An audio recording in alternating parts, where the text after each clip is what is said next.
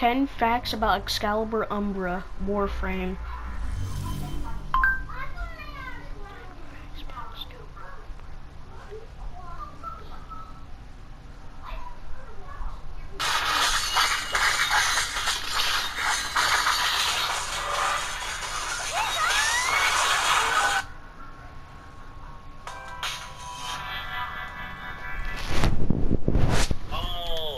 Hello and welcome. So today we're going to be talking about Excalibur Umbra and kind of the new things surrounding him that we got with the quest. So while we're not going to be talking about like exacting spoilers from the quest or any of that business, we are going to be talking about pretty much all of the rewards from the quest, barring the new melee weapon you get from it.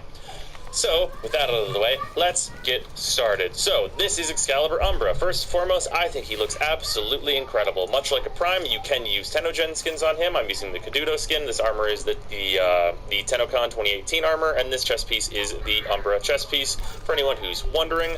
I think he looks absolutely fantastic, and that is a thing that we very much expected to get. With him coming out, like an incredibly good-looking Excalibur that is accessible to all players. And he is very accessible. You're getting him through the quest whether you like it or not, so that'll be fantastic for anyone who is just like going through the game normally and hitting the quest as quickly as they can. This will be a great boon as he gives you a Warframe slot, the weapon slot. Well, weapon slot from the quest is from the Jotty, but whatever.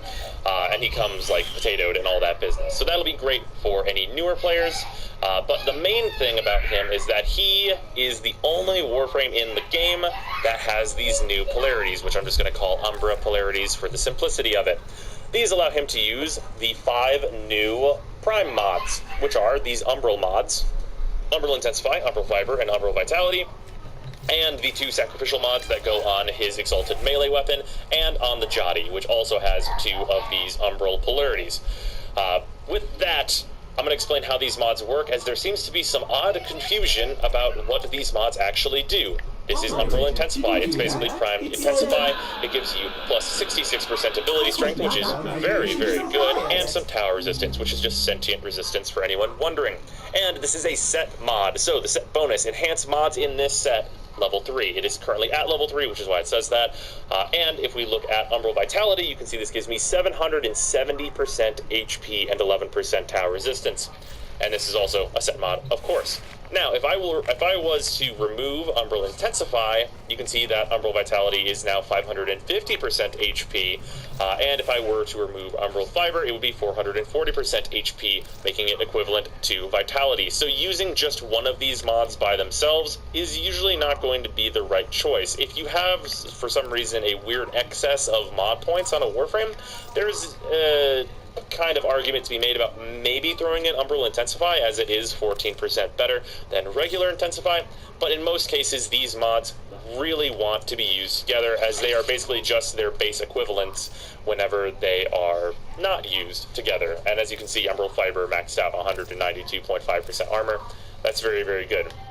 Now, the bad thing about this is that these polarities can't go on any other Warframes, meaning that while you can equip these mods on other Warframes, not being able to forma for a 16-point cost mod, and these all wanting to be used together, means that it's not really very realistic for you to equip these all at once on any given Warframe. However, I will say, equipping them on Inaros just for the meme is a pretty good time. Giving him 200% some armor and 770% health is pretty hilarious for him to be boosted up to like 8,000 HP.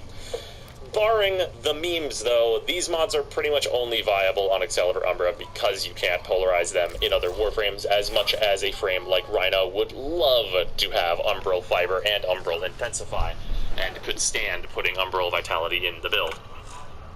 With that, let's talk about his Exalted Blade. His Exalted Blade does look different, which is quite nice, and it uses both of these 2 new sacrificial mods because it has the polarities for it. Sacrificial Pressure, this is another primed pressure point, except worse. It gives you 137.5% melee damage, and it gives you some more damage to sentience, which, as we all know, that's super useful, right?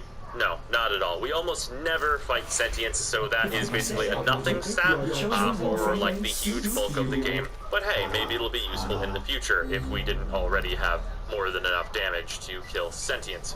As compared to Prime Pressure Point, which is 165% melee damage, this definitely pales in comparison, and if you're willing to take the risk on not being able to get this polarity back, you would be better off equipping Prime Pressure Point in, let's call it 99% of all situations. Sacrificial Steel is a Prime to True Steel.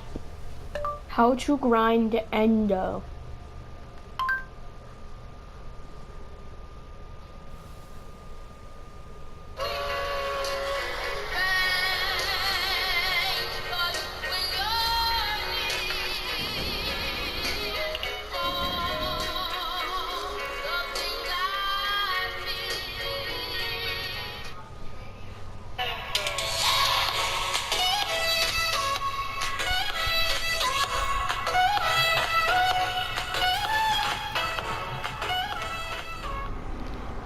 Hello guys, it's the Faceless Beanie, and today I'm doing a guide on farming Endo.